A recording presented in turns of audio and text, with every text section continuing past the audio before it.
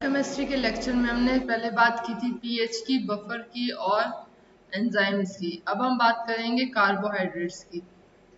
Carbohydrates, proteins, lipids और nucleic acid, ये चार जो हैं ये हमारे building blocks of cell membrane या फिर मेटाबॉलिज्म हम कह सकते हैं। मोस्टली एनर्जी जो है वो हम न्यूक्लिक एसिड और लिपिड्स और प्रोटीन से भी ले सकते हैं, लेकिन जो प्रिमिटिव और बहुत ही इजी वे में जो हम एनर्जी गेन करते हैं वो है कार्बोहाइड्रेट्स। और कार्बोहाइड्रेट्स में हम सबसे पहले पढ़ेंगे what is the definition of carbohydrates और उसकी नेमिंग कैसे होती है, उसका देन क्लासिफिकेशन, उसमें भी हम पढ़ेंगे कि मोनोसेकेराइड, डाइसेकेराइड और ट्राइसेकेराइड।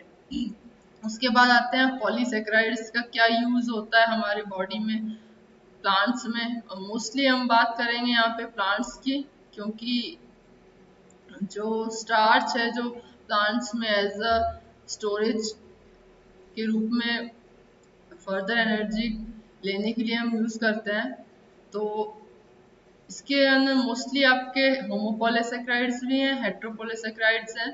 सबसे पहले बात करते हैं कार्बोहाइड्रेट्स है क्या। कार्बोहाइड्रेट्स मोस्टली इन्वायरमेंट में मिलते हैं, वो भी बॉन्डेड फॉर्म में, यानी कि जो कार्बन्स हैं उनकी एक लंबी चेन होती है जो कि बॉन्डेड रहती है सिंगल कार्बन, डबल कार्बन या फिर ट्रिपल कार्बन से, और ये दोनों एनिमल्स और प्लांट्स में पाए जाते हैं।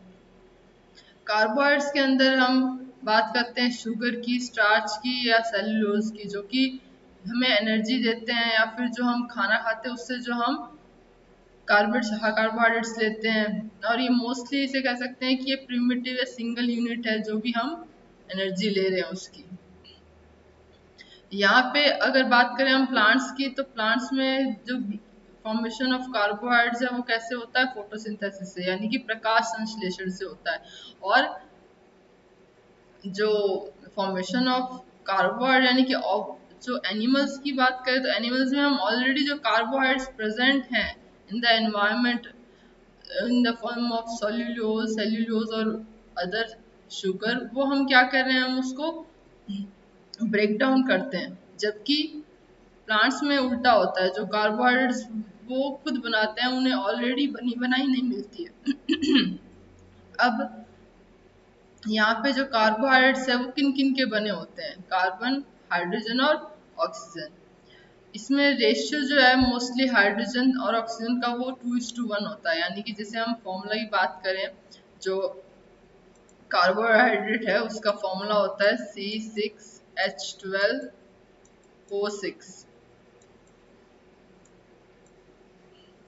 यानी कि जो रेशियो है वो क्या है, 1:2:1। कैसे हुआ ये?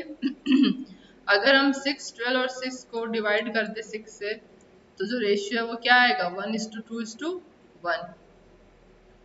तो ये हमारे क्या है, इनका अनुपात या रेशियो हम कह सकते हैं। और यही अनुपात है ये जल में भी पाया जाता है, यानी कि वाटर में भी क्या होता है, 1:2 होता है, यानी कि 2 मॉलिक्यूल हाइड्रोजन के और 1 मॉलिक्यूल ऑक्सीजन का। सिमिलरली ये किसमें होता है, कार्बोहाइड्रेट्स में भी।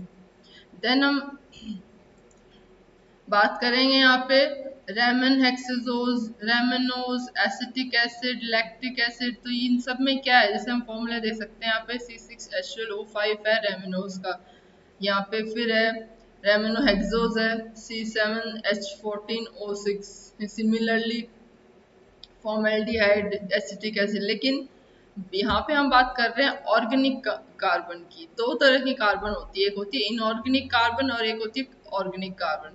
इनऑर्गेनिक कार्बन वो होती है जिसमें जो जो हमारे एलिमेंट्स होते हैं वो इनऑर्गेनिक होते हैं, यानी कि वो मेटाबॉलिज्म में काम नहीं आएंगे। और जबकि अगर हम बात करें ऑर्गेनिक कार्बन की, तो ऑर्गेनिक कार्बन में क्या होता है, हाइड्रोजन, ऑक्सीजन और कार्बन होगा। अगर कोई भी मॉलिक्यूल है उसमें अगर कार्बन, हाइड्रोजन और ऑक्सीजन है, इसका मतलब वो ऑर्गेनिक है।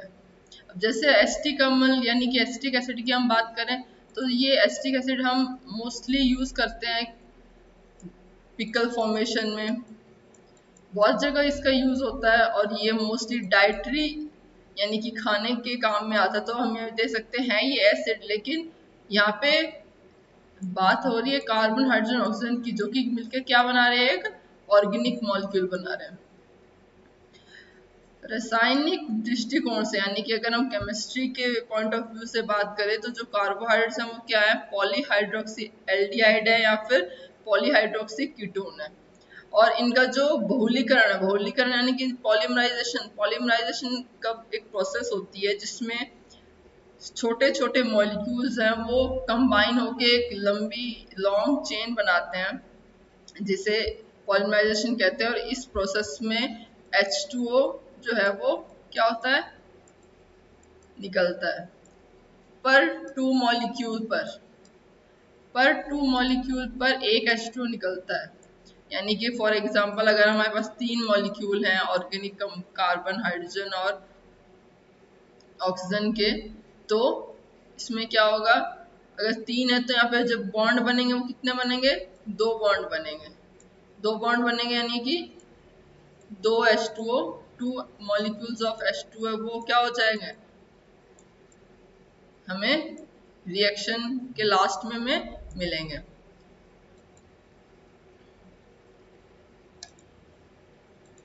उसके बाद अगर हम बात करें एल्डिहाइड और कीटोन की, तो उससे पहले बात करेंगे हम नोमेनक्लेचर की। नोमेनक्लेचर डिफाइन करता है कि वो एल्डोज यानी कि वो एल्डिहाइड है या कीटोन है। तो जो एल्डिहाइड है वो कैसे पता करेंगे हम, जब उसमें CHO ग्रुप होगा, और अगर वो कीटोन है तो उसमें डबल CO बॉन्ड होगा। इस बेसिस के ऊपर हम उसे एल्डोज और कीटोस का नाम देते हैं। हम इसका अभी क्लासिफिकेशन की बात करें, जैसे यहाँ पे है मोनोसेक्राइड्स है, ऑलीसेक्राइड्स है और पॉलीसेक्राइड्स है। जैसे मोस्टली कार्बोहाइड्रेट्स क्या है, ये एक फॉर्म ऑफ शुगर है। अब जैसे जैसे यहाँ पे क्या हो रहा है, हम देख रहे हैं कि चार्ट में जो मॉलिक्यूलर वेट है वो बढ़ रहा है, यानी कि मोनोसेक्राइड्स, पॉलीसेक्राइड्स और सिंपल पॉलीसेक्राइड, देन उसके बाद कॉम्प्लेक्स पॉलीसेक्राइड। शुगर्स में जो हमें टेस्ट में स्वीट लग रहा है तो वो होंगे मोनोसेक्राइड्स और ओलिगोसेक्राइड्स। यानी कि अगर वो कोई चीज, अगर कोई शुगर पॉलीसेक्राइड है तो वो स्वीट नहीं होगी। जैसे हम बात करते हैं, हमने नॉर्मली देखा होगा जो स्टार्च है, अगर हम उसको टेस्ट कर रहे हैं तो वो क्या है, नॉन शुगर है। और अगर हम उसको ब्रेक डाउन करके अगर फिर हम उसे टेस्ट करेंगे तो वो हमें क्या होगा, स्वीट लगेगा। और ये डिपेंड करता है कि वो कितनी शॉर्ट या लॉन्ग जो चेन है कार्बोहाइड्रेट्स की वो प्रेजेंट है उसमें। अब जैसे मोनोसाइक्राइड है तो उसमें आते हैं पेंटोजेस और हेक्सोजेस। पेंटोज का मतलब होता है कि उसमें कार्बन की जो संख्या है वो 5 होगी। हेक्सोज है तो उसमें कार्बन की संख्या 6 होगी। नोमेनक्लेचर में हम ये पढ़ते हैं कि जैसे C3 है तो वो क्या होगा, ट्रायोज। ये मिनिमम नंबर ऑफ, यानी कि इतने कार्बन तो कोई भी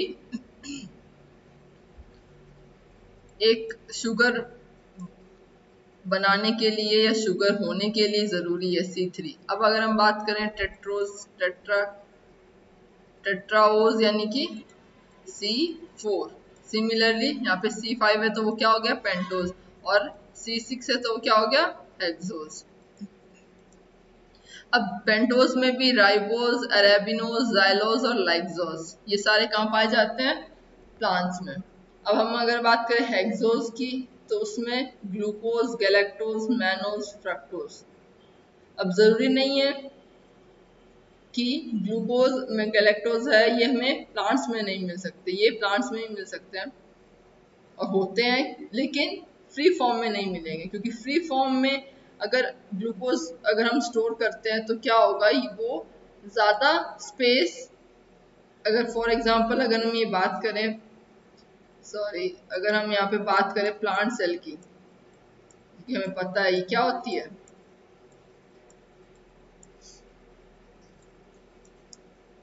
अब अगर इन प्लांट सेल की बात करें, ये हमारा न्यूक्लियस है, तो प्लांट सेल में अगर ग्लूकोज हम स्टोर कर रहे हैं तो वो स्पेस घेरेगा। और स्पेस घेरने का क्या क्या हुआ, जो बाकी के जो ऑर्गेनिज होते हैं यानी कि जो गोल्जी बॉडी है, माइटोकॉन्ड्रिया है, उनके लिए क्या नहीं होगा, स्पेस नहीं होगा, क्योंकि स्पेस कम है। इसकी वजह से हम क्या करते हैं, ये जो भी मॉलिक्यूल है इनको पॉलीमराइज करा लेते हैं, और पॉलीमराइज कराने की वजह से क्या होगा, जो एक्सेस वाटर है वो निकल जाएगा, और जब जरूरत होगी तब हम वापस क्या करेंगे, with the help of enzyme and water हम वापस उसे ग्लूकोज में कन्वर्ट कर लेंगे। अब सिमिलरली यहाँ पे बात करें डाइसेकेराइड, ट्राइसेकेराइड, टेट्रासेकेराइड, जो कि क्या है, ओलिगोसेकेराइड्स के डिफरेंट फॉर्म होते हैं। तो यहाँ पे क्या हमने देखा है, पहले क्या था, जो कार्बन की संख्या थी वो 6H12O6 थी, अब यहाँ पे वही बढ़कर क्या हो गई है, C12H22O11, अप्रोक्सीमेटली डबल। डाइसेक्राइड्स में आते हैं सुक्रोज, लैक्टोज, माल्टोज, सेल्यूबाइलोज, ट्रीहेलोज। और लैक्टोज हमें जैसे कि पता है किसमें पाया जाता है, कर्ड में। जो हम कर्ड यानी कि दही फॉर्मेशन होता है, कर्ड फॉर्मेशन होता है, उसमें लैक्टेड बैक्टीरिया होते हैं, वो मिल्क को कर्ड में कन्वर्ट करते हैं विद द हेल्प ऑफ, और जो शुगर यानी कि जो कर्ड हमें थोड़ा सा हल्का सा स्वीट लगता है, वो स्वीट हमें लगता है लैक्टोज की वजह से। अब बात करते हैं सेल्यूबाइलोज, जो कि प्लांट में प्रेजेंट होता है। सिमिलरली ट्राइसेकेराइड यानी कि फिर यहाँ पे क्या हुआ, कार्बन की जो संख्या है वो बढ़ गई, C18H32O16। सिमिलरली टेट्रासेकेराइड्स में स्टाइकायोज, और ट्राइसेकेराइड को क्या बोलते हैं, रेफिनोज।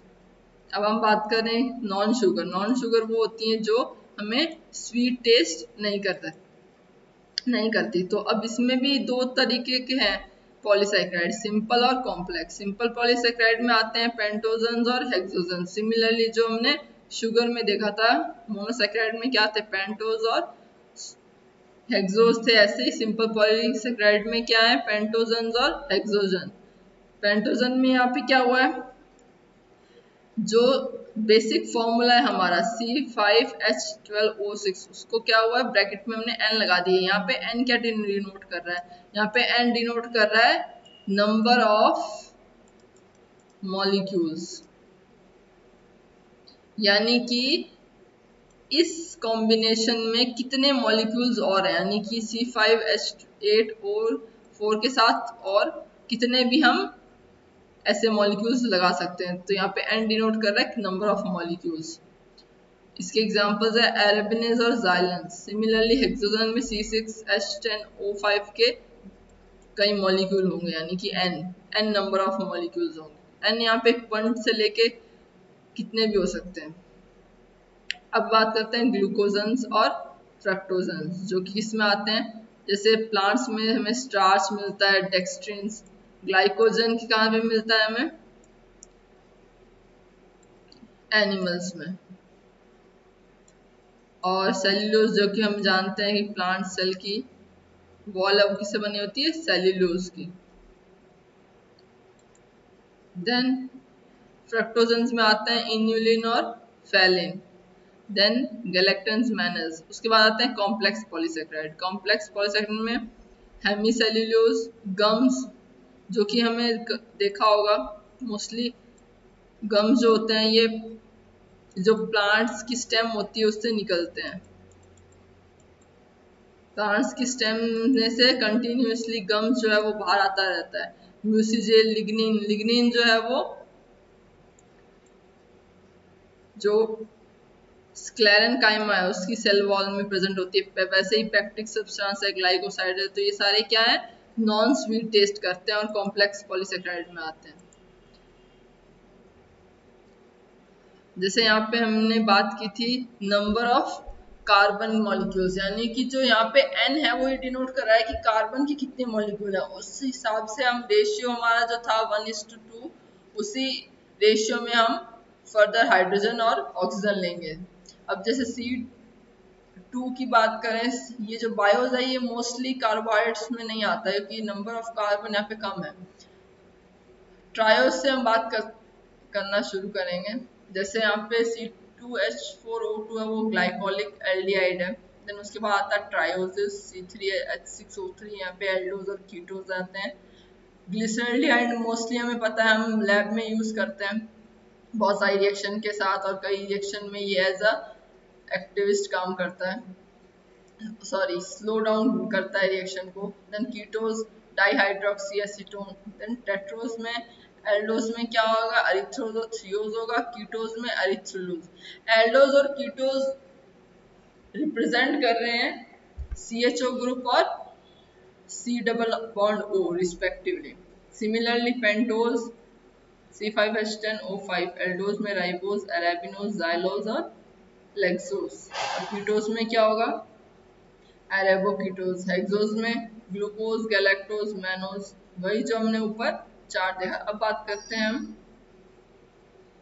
रिएक्शन वाइज, यानी कि जो हमारे सिक्रोज, माल्टोज है और लैक्टोज है, इनको अगर हम वाटर के साथ रिएक्शन करवा रहे हैं तो हमें क्या मिलेगा, ग्लूकोज और फ्रक्टोज। यानी कि हुआ क्या, जो सुक्रोज था, सुक्रोज क्या है, ओलिगोसैकेराइड है, तो ओलिगोसैकेराइड को हमें किस में कन्वर्ट करना है, मोनोसैकेराइड, मोनोसैकेराइड में, ओलिगोसैकेराइड और मोनोसैकेराइड में कन्वर्ट करेंगे तो क्या होगा, ग्लूकोज और फ्रक्टोज मिलेगा। वहीं अगर हम माल्टोज से रिएक्शन करवा रहे हैं वाटर की तो क्या मिलेगा, ग्लूकोज प्लस ग्लूकोज। और लैक्टोज को हम करवा रहे हैं रिएक्शन तो क्या मिलेगा हमें, ग्लूकोज प्लस गैलेक्टोज। ये इम्पोर्टेंट है। देन उसके बाद ट्राइसैकेराइड्स। अगर हम ट्राइसैकेराइड्स को वाटर के साथ रिएक्शन कराएंगे तो हमें क्या क्या मिलेगा, जैसे रेफिनोज है जो कि ट्राइसैकेराइड है, उसको हमने 2 मॉलिक्यूल्स ऑफ वाटर के साथ रिएक्शन करवाया तो हमें ग्लूकोज, फ्रक्टोज और गैलेक्टोज मिला। अब बात करते हैं हम दो तरह की शुगर्स की, जो कि है रिड्यूसिंग और नॉन रिड्यूसिंग। सबसे पहले बात करेंगे कि रिड्यूसिंग और नॉन रिड्यूसिंग का मतलब क्या होता है। कोई भी शुगर है उसका एक पर्टिकुलर फॉर्मेशन है, उस फॉर्मेशन में बॉन्डिंग होती है, और वो बॉन्डिंग कितनी वीक या कितनी स्ट्रॉन्ग है ये डिपेंड करता है कि वो रिड्यूस हो सकती है या नहीं हो सकती है। अब रिड्यूसिंग शुगर जैसे glucose, fructose, mannose, maltose, lactose, इन सबको अगर हम अमोनियम सिल्वर नाइट्रेट जो कि एक इनऑर्गेनिक केमिकल है उसके साथ अगर हम रिएक्शन करवाएंगे तो क्या होगा, वो ब्रेक डाउन हो जाएगी, और ब्रेक डाउन होने से क्या होगा, वो सिल्वर ऑक्साइड को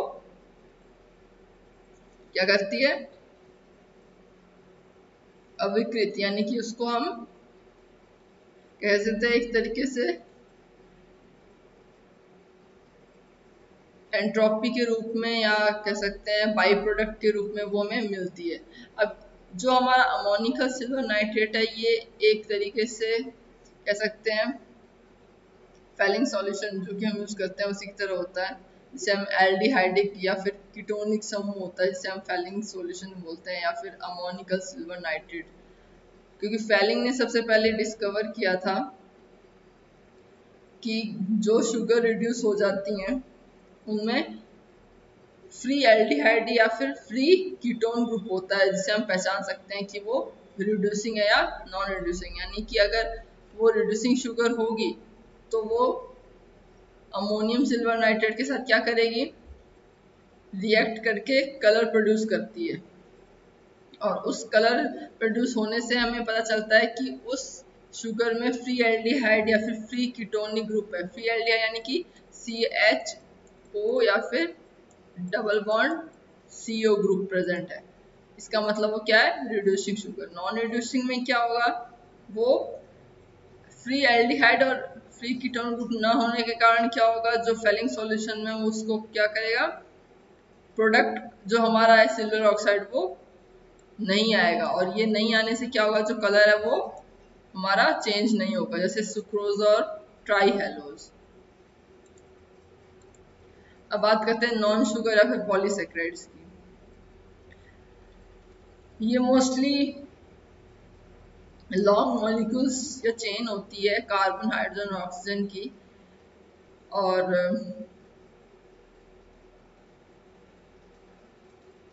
ये मोस्टली क्या होती हैं, नॉन रिड्यूसिंग होती हैं। देन हम बात करते हैं जनरल प्रॉपर्टीज ऑफ मोनोसैकेराइड्स की, यानी कि पहला है फिजिकल प्रॉपर्टीज से हम बात करेंगे। तो पहला है कि ये रंगहीन यानी कि कलरलेस होती हैं और क्रिस्टलाइन होती हैं, सॉलिड होती हैं और न्यूट्रल और स्वीट होती हैं। यानी कि कलरलेस रंगहीन, रवेदार यानी क्रिस्टलाइन यानी कि हम इसको क्रिस्टल फॉर्म में देखते हैं। ठोस यानी कि सॉलिड और उदासीन मतलब न्यूट्रल यानी कि ना ही वो एसिड होती है ना ही वो बेस होती है। इसमें एग्जांपल आपके जैसे ये है lactose, maltose, glucose, sucrose, invert sugar, fructose, then sodium cyclamate, aspartame, saccharin, मेनालिन। जो ये स्वीटनर्स की हम बात कर रहे हैं, सोडियम साइक्लोमेट, एस्पार्टेम, सैक्रिन और मेनालिन, ये आर्टिफिशियल शुगर होती हैं जो कि कैलोरी रहित होती है। यानी कि अगर इनका इनटेक हम कर रहे हैं तो हम वो हमें सिर्फ स्वीट टेस्ट करेगा, ना कि हमारी कैलोरी में ऐड करेगा। और जितने भी मोनोसैकेराइड्स होते हैं वो वाटर सॉल्युबल होते हैं, लेकिन अल्कोहल में कम सॉल्युबल होते हैं और ईथर और बेंजीन में बिल्कुल भी सॉल्युबल नहीं होते हैं। वहीं अगर हम बात करते हैं पॉलीसैकेराइड की तो वो बिल्कुल भी इनसॉल्युबल होते हैं वाटर में। अब मोनोसैकेराइड है ये मोस्टली क्या है, प्रकाश सक्रिय, यानी कि अगर हम मोनोसैकेराइड में से लाइट पास करेंगे तो ये क्या करेंगे, या तो लिवोरोटेटरी होंगे या फिर डेक्स्ट्रो रोटेटरी होंगे, यानी कि इनमें म्यूटर रोटेशन का गुण पाया जाता है। और अगर हम मोनोसैकेराइड्स को गर्म करते हैं तो इसमें चार फॉर्मेशन होता है। चार एक तरीके से ब्लैक कार्बन हम बोल सकते हैं, जो कि कार्बन प्रेजेंट होता है कार्बोहाइड्रेट्स में, स्पेशली मोनोसैकेराइड्स में, जो कि C3 से बात करें हम, C3 से C7 तक ये मोनोसैकेराइड्स होते हैं। तो इनमें क्या होता है, गर्म करने पर जो कार्बन है वो in the form of black चार कन्वर्ट हो जाता है। देन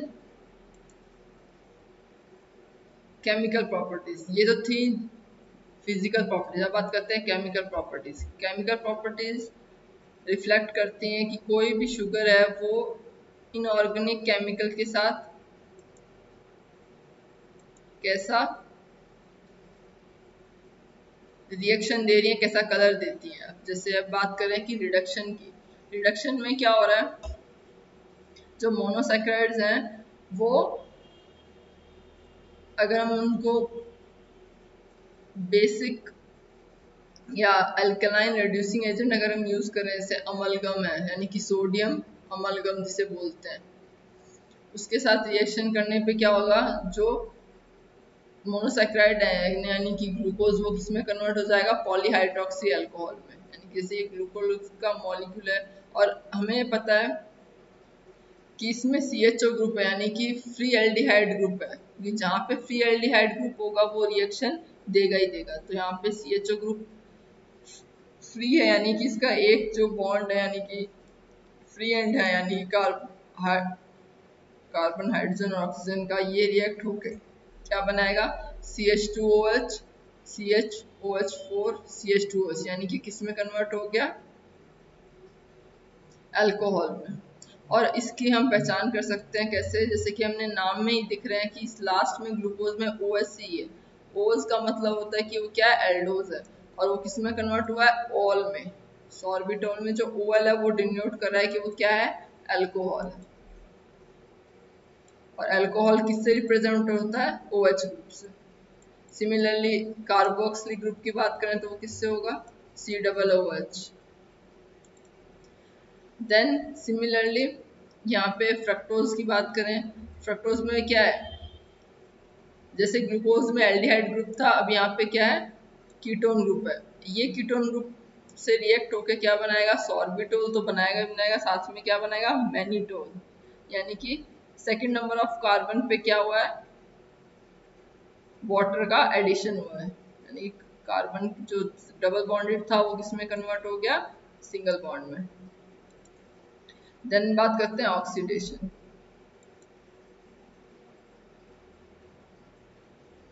ऑक्सीडेशन में अगर हम ऑक्सीडाइज करवा रहे हैं इसको सिल्वर ऑक्साइड या फिर ब्रोमीन वाटर या फिर बेसिक कॉपर सल्फेट या सोडियम हाइड्रोक्साइड से, तो क्या होगा, इसमें हमें एसिड मिलते हैं। यानी कि रिडक्शन में हमें क्या मिला, अल्कोहल, और ऑक्सीडेशन में हमें क्या मिलेगा, एसिड। जैसे कि यहाँ पे CH2OH, CHOH4, CHO था, यहाँ पे जो 4 है ये रिप्रेजेंट कर रहा है N को, जो हमने नॉमेनक्लेचर में पढ़ा था। ये जो 4 है ये नॉमेनक्लेचर में जो हमने N पढ़ा था, ये वही है नंबर ऑफ मॉलिक्यूल्स, यानी कि CHOH के 4 मॉलिक्यूल्स, CHO इसके साथ हमने इसको ऑक्सीडेशन करवाया तो क्या मिला हमें, ग्लूकोनिक एसिड।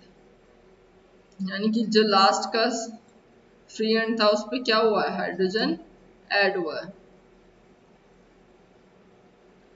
अगर हम स्ट्रॉन्ग एसिड लें वीक एसिड की जगह, तो हमें क्या मिलेगा, जैसे ग्लूकोज है उसको हमने कंसंट्रेटेड HNO3 की प्रेजेंस में रिएक्ट कर ऑक्सीडाइज करवाया तो क्या होगा, COOH, CHOH, COOH plus H2O। यानी कि ऑक्सीडेशन में क्या हो रहा है, हाइड्रोजन का रिमूवल हो रहा है। क्लियर।